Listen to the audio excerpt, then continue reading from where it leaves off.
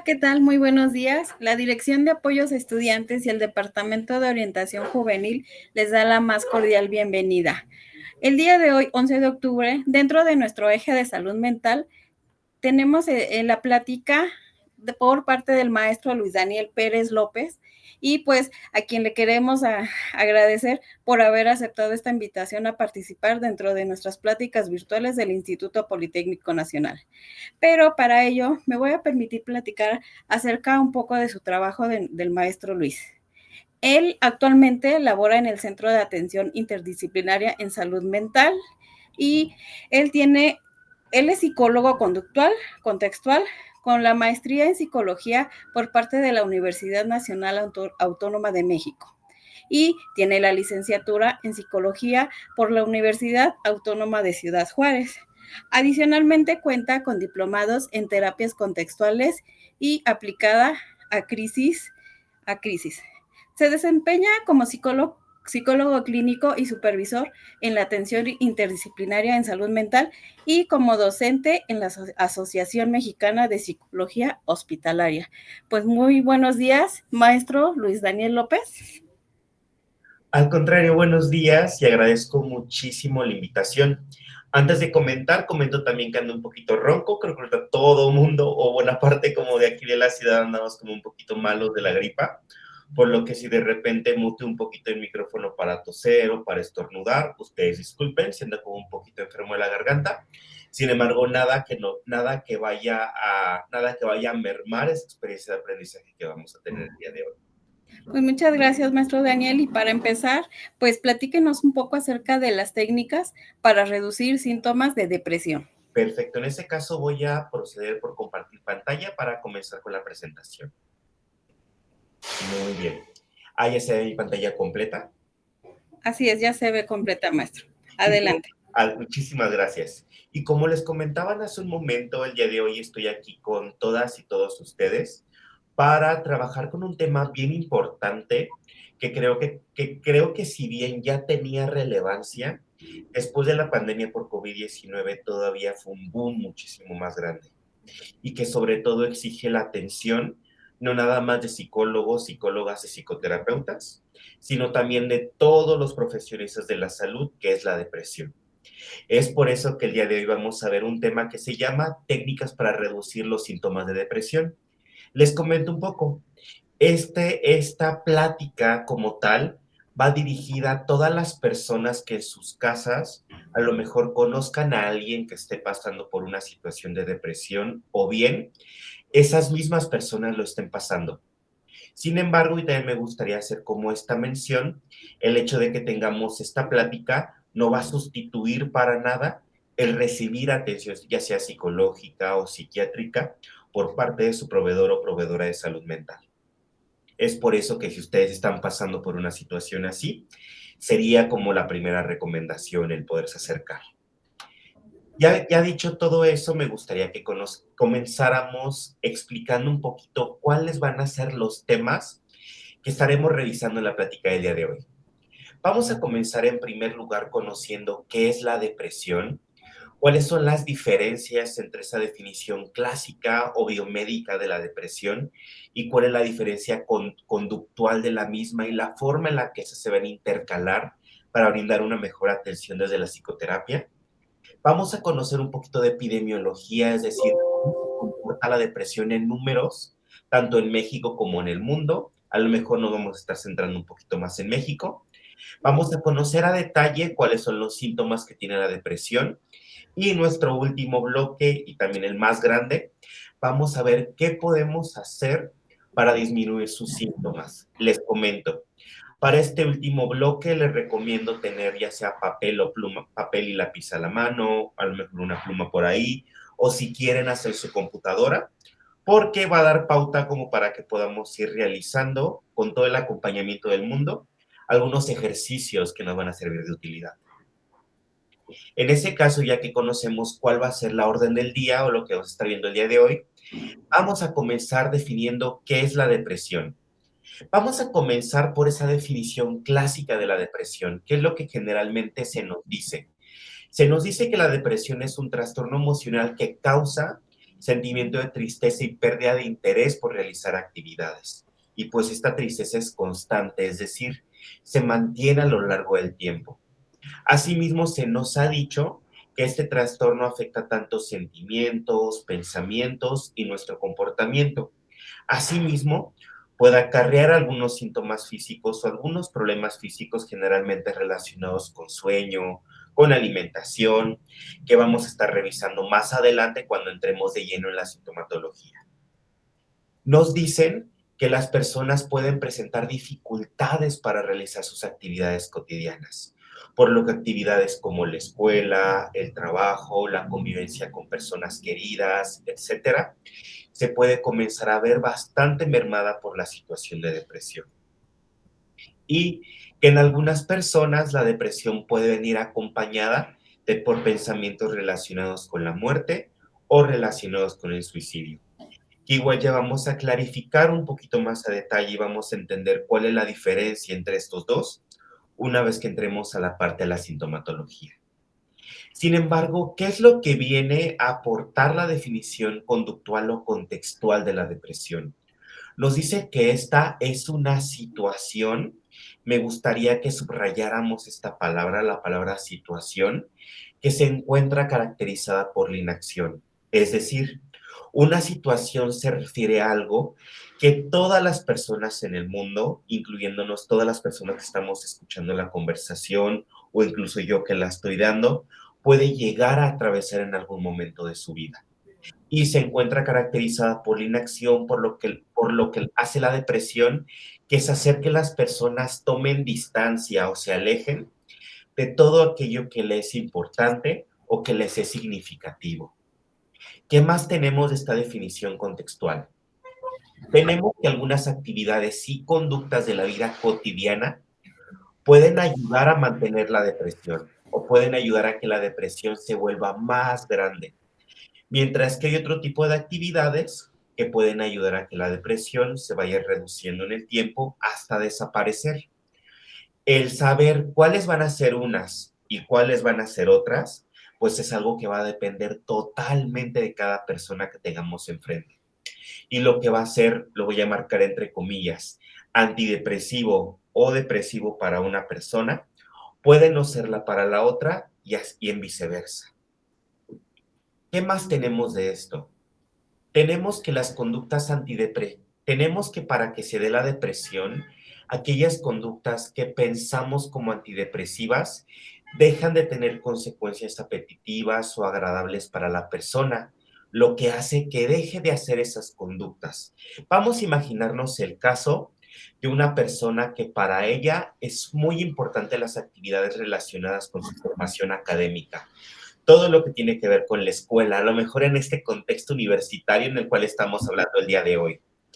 Y generalmente es una persona que se esfuerza bastante, obtiene buenas calificaciones, le va bien en sus materias, no tiene problemas de reprobación, etcétera.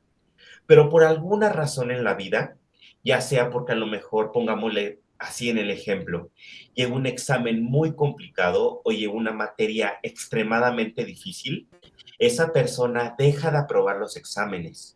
A esa persona le comienza a ir mal en las materias por más que estudie. Entonces, deja de obtener esas consecuencias apetitivas o agradables de estudiar, lo cual le puede llevar a la persona a experimentar pensamientos como, ¿para qué estudio si de todos modos voy a reprobar? Llevándole a, pues, abandonar esta actividad que es importante para él o para ella a través del tomar esta distancia. En cambio, en cambio, se pueden obtener consecuencias aversivas o desagradables ante esas mismas conductas, como bien lo veíamos en el ejemplo. Es decir, a lo mejor esa persona que antes obtenía buenas calificaciones por estudiar, ahora se mata 3 noches estudiando y obtiene una calificación reprobatoria o obtiene la sensación de que no aprendió lo suficiente, lo cual le puede ser bastante aversivo o desagradable.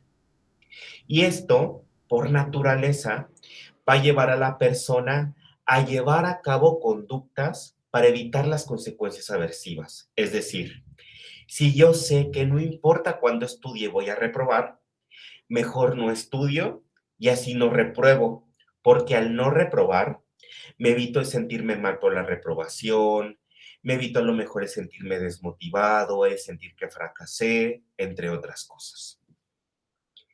Una vez que conocemos cuál es la diferencia entre estas dos definiciones, podemos, podemos pasar a la siguiente diapositiva. Pero miren, se me estaba olvidando una súper importante. Es que las conductas depresivas o aquellas conductas que en cada persona pueden ayudar a que la depresión aumente, comienzan a tener consecuencias agradables. Vamos a imaginar el caso de esta misma persona que por eso ha decidido salirse de la escuela, a lo mejor por eso ha decidido estar más tiempo en cama de lo normal, y a lo mejor esto puede llevar a que otras personas de su entorno se hagan cargo de ciertas responsabilidades, puede llevar a que a lo mejor otros compañeros del salón de clases le ayuden a pasar las materias, etcétera. Es decir, esas conductas depresivas, como el estar en cama la mayor parte del tiempo, como no asistir a la escuela, etcétera, comienzan a tener consecuencias agradables. Vale la pena remarcar, y creo que esto es algo muy importante, este tipo de consecuencias no es algo que la persona se dé cuenta de ello o que la persona haga a propósito, sino son mecanismos que se encuentran detrás de la forma en la que nosotros como personas aprendemos en nuestro contexto. Por lo que no es que la persona se dé cuenta, híjole, me va muy bien cuando no voy a la escuela, sino que simplemente deja de sentirse mal, a lo mejor se comienza a sentir un poco mejor y eso es más que suficiente para mantener la conducta. Ahora sí, una vez que conocemos esto, podemos pasar a saber cómo se distribuye la depresión tanto en México como en el mundo. En el mundo, según la Organización Mundial de la Salud, 5% de las personas viven una situación de depresión. Y sabemos que en algunos grupos, como en las personas adultas mayores, este número tiende a aumentar, posicionándose en el 5.7%. Asimismo, se han intentado buscar las causas que tiene la depresión. Sin embargo, el consenso científico que hay en el mundo es que esta tiene un origen multifactorial. Esto quiere decir que hay tanto factores genéticos como ambientales o del aprendizaje que están inmiscuidos en que la depresión se dé y se mantenga. Cuando volteamos a ver a México y según el Instituto Nacional de Salud Pública y su encuesta nacional de epidemiología psiquiátrica, sabemos que el 9.2% de las personas ha vivido una situación de depresión en su vida y que el 4.8% lo ha hecho en los 12 meses previos. Sabiendo cómo se comporta la depresión tanto en México y en el mundo, creo que también es bien importante saber cómo se da la depresión. ¿Qué son estos síntomas que vamos a ver a continuación? Como el tener un estado de ánimo triste o irritable la mayor parte del tiempo.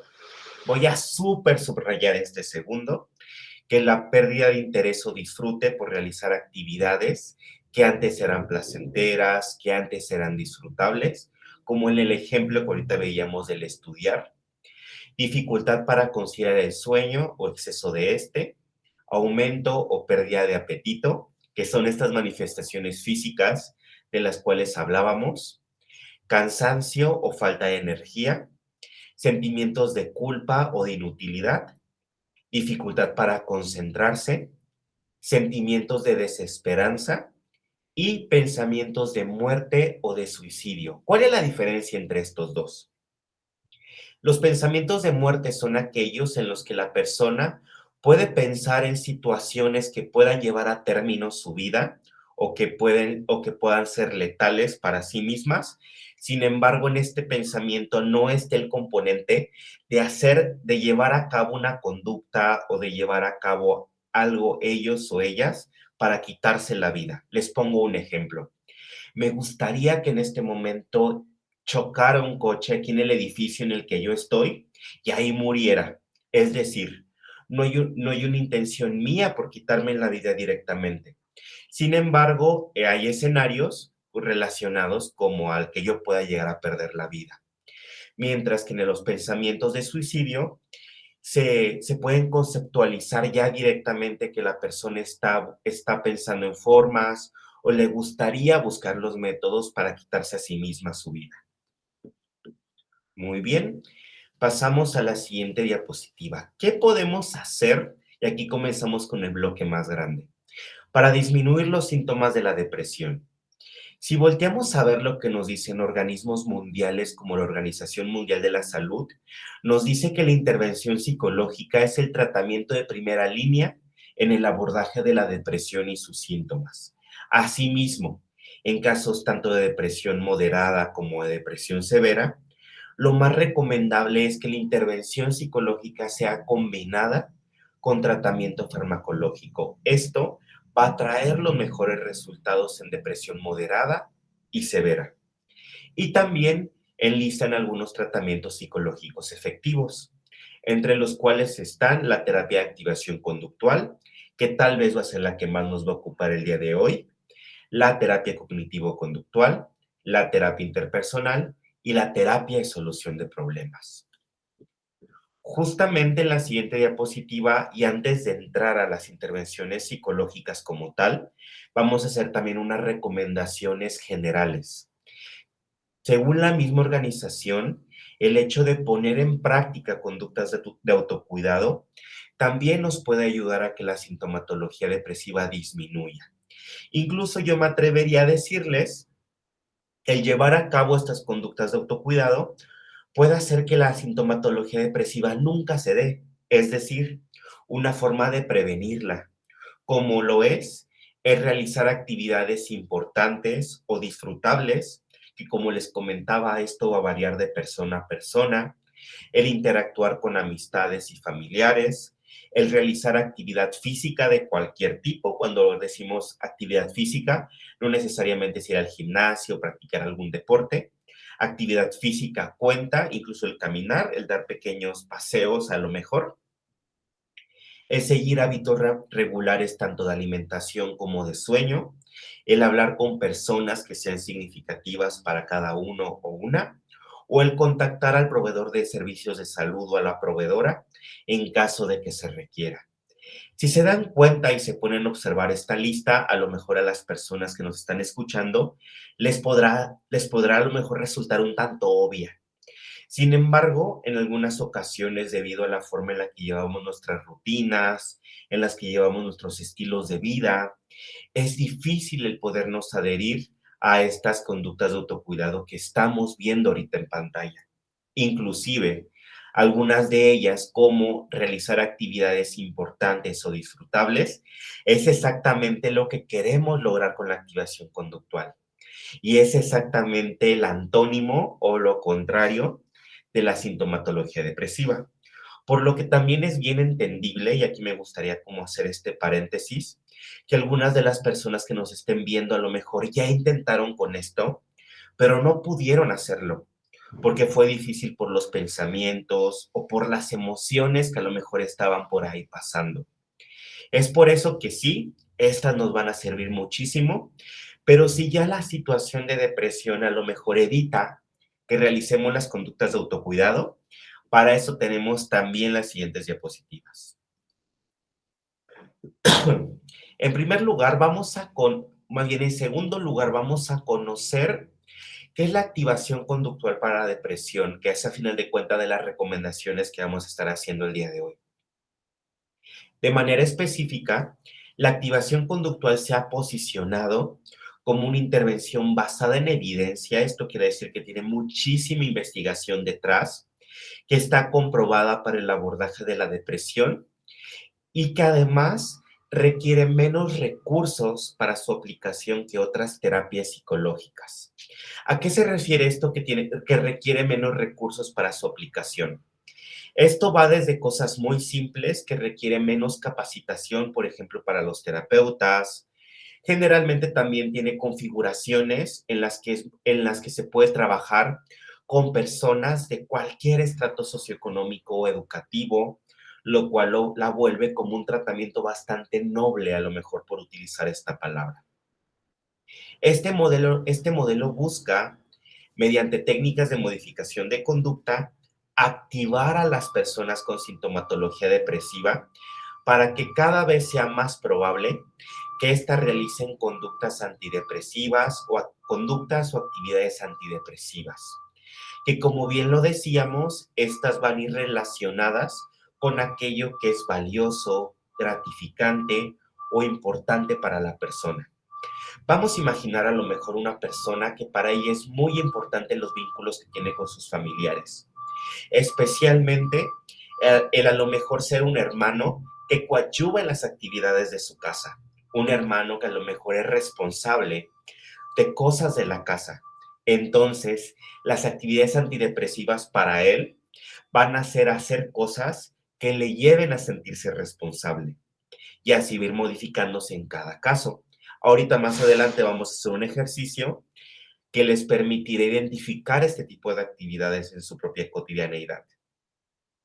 Asimismo, va a ser importante que con este tratamiento vayamos disminuyendo poquito a poquito aquellas conductas que son consideradas depresivas, que pues estas también van a ir variando de persona a persona. Vamos a cambiar a la siguiente diapositiva y vamos a conocer cómo aplicar las estrategias de activación conductual en la vida cotidiana. Esto más que nada con la finalidad de que ustedes lo puedan hacer desde donde nos están viendo o escuchando. Para esto van a ser necesarias 4 cosas que ahorita vamos a ir clarificando en las siguientes diapositivas. En primer lugar, tenemos que identificar aquellas áreas de vida que son importantes para todas las personas. Para esto no se preocupen. Hay un listado de 5 que ahorita vamos a ver en la siguiente diapositiva. Y vamos a seleccionar alguna con la que vamos a estar trabajando en este tratamiento. Posteriormente, de esa área que seleccionemos o de cada área que seleccionemos, vamos a identificar aquello que es más importante para nosotros y para nosotras en nuestra vida cotidiana. Para ello también tenemos un ejercicio complementario. Posteriormente, y a lo mejor aquí viene como la parte más complicada, vamos a programar actividades que les permitan poner en práctica aquello que es importante para ti, como lo mencionábamos ahorita en el ejemplo. Si para mí es importante ser un alumno estudioso, entonces esas actividades que vaya programando, me tienen que ir acercando cada vez más a ese alumno estudioso que yo quiero ser. Si a lo mejor alguien dice, yo quiero ser un padre atento con sus hijos, un padre amoroso con sus hijos, las actividades que haga tendrán que ir de la mano o le tendrán que hacer sentir que está siendo un padre amoroso. Y como último punto, allá me adelanté, como último punto vamos a tener que ir incrementando la frecuencia, el número y la dificultad de las actividades. ¿Esto qué quiere decir? Con una o con dos no va a ser suficiente, sino que poquito a poquito tenemos que ir haciendo más actividades relacionadas con esto que es importante en nuestra vida. ¿Esto para qué? Para que cada vez sea menos probable que la sintomatología depresiva, que recordando que viene de la inacción, regrese a nuestras vidas y cada una y uno de nosotros podamos llegar a vivir esta vida valiosa que queremos. Vamos con el primer punto, identificar áreas de vida y seleccionar alguna para trabajar. ¿Cómo hacemos esto? Aquí en la pantalla les estoy compartiendo las 5 áreas de vida a través de las cuales nos movemos todas las personas. Estas son relaciones interpersonales, que tiene que ver con familia, con amistades, con compañeros o compañeras del trabajo, con pareja, etcétera. Es decir, todas las relaciones sociales que ustedes se puedan imaginar están aquí en relaciones interpersonales. La segunda es educación, carrera y trabajo. Aquí entra tanto el trabajo formal, es decir, por aquel en el que percibimos una remuneración económica, puede ser cualquier actividad. El trabajo informal, que a lo mejor son actividades que como tal son trabajo, pero que de ellas no percibimos una remuneración económica. Y, no, y también lo mismo aplica para la educación, la educación formal, que es aquella por la que obtenemos algún documento, algún certificado, y la informal, como a lo mejor el informarnos a partir de libros, a partir de documentales, etcétera, que aportan a nuestra educación. Sin embargo, como tal, no tenemos como una forma como de comprobarlo con un documento. También está el área de recreación e intereses. Aquí entra tanto las actividades que solemos hacer en nuestro tiempo libre, en nuestro tiempo de ocio y de voluntariado. El área de mente, cuerpo y espiritualidad. Aquí tiene que ver mucho con nuestra espiritualidad, es decir, cómo nos concebimos en el mundo, que si se fijan es diferente a la religión. La salud física, la salud mental, es si tenemos o no tenemos citas médicas, entre otras cosas. Y las responsabilidades diarias, que son todas aquellas cosas que hacemos en nuestra vida cotidiana para que todo siga funcionando. Por ejemplo, realizar el aseo de casa, lavar la ropa, etcétera. Les invito a que cada quien en su casa, a lo mejor aquí pause tantito el video para seleccionar una o dos actividades, las que ustedes quieran trabajar. Y en cuanto las seleccionen, pasamos a la siguiente diapositiva, que justamente para allá vamos. Una vez seleccionado la área que nosotros queremos trabajar, vamos a pasar a identificar qué es importante para cada una de nosotros en esa actividad. ¿Cómo lo vamos a hacer? Podemos hacernos preguntas, por ejemplo, de relaciones interpersonales. Si ustedes escogieron esta área, pregúntense, si en este momento desapareciera sin dejar ningún rastro, es decir, si te hicieras polvo en este momento, ¿cómo te gustaría ser recordado por tus familiares, por tus amistades, por tu pareja, etcétera? En educación, carrera y trabajo, ¿qué te gustaría que tus ex compañeros de trabajo y tus ex jefes dijeran de ti si tú desaparecieras en este momento? O bien, en caso de que tú estés por ahí, ¿qué te gustaría que tus ex compañeros y tus jefes dijeran de ti? En recreación, intereses, ¿hay algo de tu vida cotidiana que te traiga la sensación de placer y que le dé sentido a la vida que tú tienes? En mente, cuerpo y espiritualidad, si te vieras al espejo en este momento, ¿qué te gustaría ver en ese reflejo? Y responsabilidades diarias. ¿Cuáles son esas áreas de tu vida cotidiana que a lo mejor más has descuidado, pero que al mismo tiempo son valiosas para ti? Si, por ejemplo, si seleccionaste educación, carrera y trabajo, hazte esta pregunta, anota por ahí en cuaderno tu respuesta y si gustas también pausa un poquito el video antes de pasar a la siguiente diapositiva.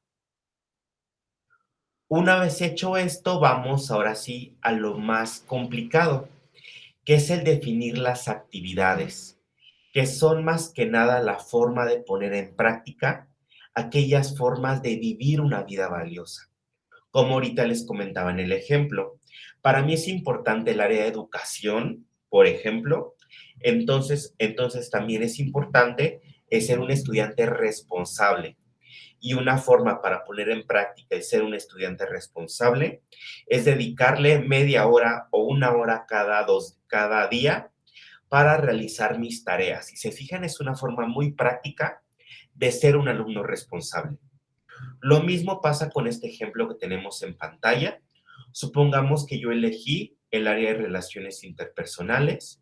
Para mí es muy importante en esta área el ser un amigo que esté en las buenas y en las malas. Y para poner en práctica esta actividad, voy a enviar mensajes a mis amigos y a mis amigas cada tercer día, sabiendo lo importantes que son para mí. En este caso, me gustaría que ustedes ahí en casa pensaran en alguna o en algunas actividades que ustedes pudieran llevar en práctica en esta semana que está corriendo para, para ejecutar o para acercarse más bien a eso que es importante para cada uno o una de ustedes. Sin embargo, ¿qué pasa si a lo mejor esto no es suficiente o si a lo mejor cuesta trabajo llevar a cabo esas actividades porque se acercan pensamientos o porque se acercan emociones que nos son difíciles? Para esto podemos hacer dos cosas. Estas dos cosas se las comparto, les comentaba, no sustituyen a una atención a lo mejor por parte de un equipo de salud mental. Sin embargo, si a alguien le funcionan, estaría increíble. Son habilidades que también están probadas y que están basadas en evidencia. Número uno, el desarrollar habilidades para poder regular emociones difíciles, para que esas habilidades nos permitan continuar con esas actividades que son importantes para nosotros, a pesar de que hay emociones como el enojo, como la tristeza, como la ira, como la ansiedad, que estén ahí presentes. Y algunos ejemplos de este tipo de habilidades son respirar un ritmo adecuado para ti y concentrarte en tu respiración. Esto se puede hacer cerrando los ojos y respirando de la forma en la que tú te sientas más cómodo o más cómoda y poniendo toda tu atención a tu respiración. También el aplicar temperaturas frías. Esto lo podemos hacer como en la imagen, es decir, a lo mejor mojarnos la cara con agua helada, el darnos un baño con agua helada o el agarrar hielos entre nuestras manos. O bien el contraer y relajar algunos grupos musculares del cuerpo. Por ejemplo, apretando nuestros puños por 5 segundos y después soltarlos, hacer lo mismo con las piernas, con los hombros, etc. También podemos aprender a relacionarnos de forma diferente con nuestros pensamientos. ¿Esto cómo lo podemos hacer? Con ejercicios como colocarle un nombre a nuestra mente y hacer referencia a ella cada vez que vengan pensamientos de cierto tipo. Y para poder aprender a distinguir cuándo nos está hablando nuestra mente o cuándo hablamos nosotros o nosotras. Les pongo un ejemplo. Vamos a imaginar que para mí es bien difícil manejar esta emoción de miedo y que por esa emoción no me he atrevido a hacer algunas cosas que son importantes para mí. Entonces yo diría, bueno, le voy a poner a mi mente el nombre de Carlitos, el de los Rugrats, porque es un personaje que siempre tenía miedo en la serie, era como una característica de ese personaje. Entonces, en ese caso, ya no va a ser, ya no va a ser el tengo miedo, va a ser el Carlitos me está diciendo, Carlitos me está diciendo que tengo miedo. Y entonces yo ahí puedo preguntarme a mí mismo, bueno, eso dice Carlitos, pero ¿qué digo yo? Yo a lo mejor digo que sí, tengo miedo, pero esto que estoy haciendo es necesario e importante para mi vida. Así que lo voy a hacer de todos modos, por ponerle nada más, por ahí como un ejemplo nada más. Y recordando siempre que nuestra mente es como esa amiga bien intencionada o como ese amigo bien intencionado que creo que todo mundo tenemos, que solemos escuchar sus consejos o solemos escuchar lo que nos dice, por lo que es, ya que es importante para nosotros y para nosotras. Sin embargo, no siempre tiene la razón. Muchas veces podrá estar equivocada, en algunas ocasiones podrás, a lo mejor en algún contexto tendrá razón, pero en este no. Entonces nos tocará tomar la decisión a nosotros y a nosotras. Para ir llegando al final de esta presentación y clarificando el cierre, me gustaría presentarles al equipo que conforma Atención Interdisciplinaria en Salud Mental. En este caso, somos un equipo que está integrado por profesionales tanto del trabajo social como de la psicología, como están Yes, Mari, Lalo, Fer, Les, Juanjo, y pues acá, y también por acá por la foto estoy yo. Y me gustaría cerrar con una frase de una canción que me gusta mucho, que creo que define totalmente la definición contextual de la depresión. Esta letra, si la traducimos en español, dice, si tan solo tuviera un enemigo tan grande como mi apatía, pudiera haber ganado. Muy bien. En ese caso, ya que terminamos con esta primera parte como más expositiva, me gustaría poder escuchar si tenemos por ahí alguna pregunta. Voy a hacer chiquita mi pantalla para poderles ver.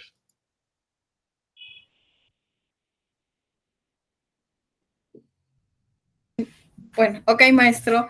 Pues ahora sí que toda la información que nos acaba de brindar es muy completa. Hablar acerca de todas estas técnicas para poder reducir síntomas de depresión. Eh, por ejemplo, trabajar estas áreas de vida, trabajar todo esto que para poder disminuir todos estos síntomas. Tengo una pregunta. De todo lo que nos acaba usted de mencionar, maestro, ¿qué qué recomendación daría si alguien no puede escoger un área en específica de las que usted acaba de mencionar, ya que la persona, digámoslo así, está demasiado deprimida? ¿Qué es lo que Muy pasaría? bien. Aquí a lo mejor habría como tres cosas. Voy a comenzar por aquellas como más prácticas y paso como la menos práctica, ¿te parece? Así es. Muy bien. Comenzando por la menos práctica, a lo mejor pensaría en aquella área de vida que esa persona disfrutaba mucho antes de que llegara la depresión. Ojo, esto es bien importante. Es bien válido que a lo mejor esa área de vida con la depresión presente pueda no significar algo en este momento para la persona. Pero si en algún momento fue valioso, por ejemplo, no sé, antes de que yo estuviera tan deprimido, para mí era muy importante el área de relaciones interpersonales y era súper sociable. Ahorita ya no, por la depresión y la verdad ya ni me interesa, pero esa área de vida era clave para mí. Entonces a lo mejor yo podría comenzar de ahí, por las que antes fueron importantes. El siguiente criterio, si a lo mejor ese criterio no funciona tanto, a lo mejor podría comenzar por aquí, a lo mejor si tú dices, híjole, tengo mapeadas a lo mejor unas tres que me son importantes, pero a lo mejor no sé por cuál.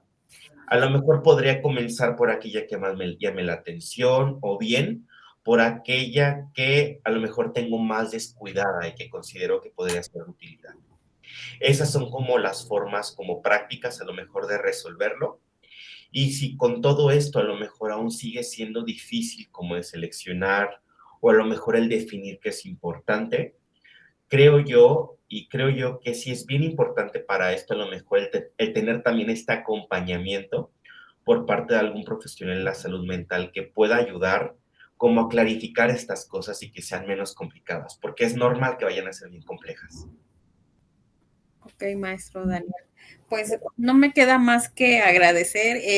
En ocasiones el tiempo es corto, la Claro. información es demasiada y pues esperemos que toda esta información el día de hoy, los chicos tanto de la comunidad politécnica y la gente que se conecta a nuestro canal, les sirva de mucho. Y pues nuevamente un agradecimiento a su participación. Esperemos que no sea la única, que nos podamos ver los próximos meses o el próximo año. Ahora sí que vamos trabajando a la marcha y no me queda también más que agradecer a todo su equipo de atención interdisciplinaria en salud mental. Ok, maestro, pues muchísimas gracias. Un gusto para mí. Me despido. Buenas tardes. ¿Algo más que quiera agregar, maestro? No para nada, únicamente como seguir externando este agradecimiento al Instituto Politécnico Nacional. Y claro que sí, yo encantado y todo el equipo de atención interdisciplinaria de salud mental, encantadas y encantados de seguir participando. Ok, muchísimas gracias y bonita tarde a todos. Hasta luego.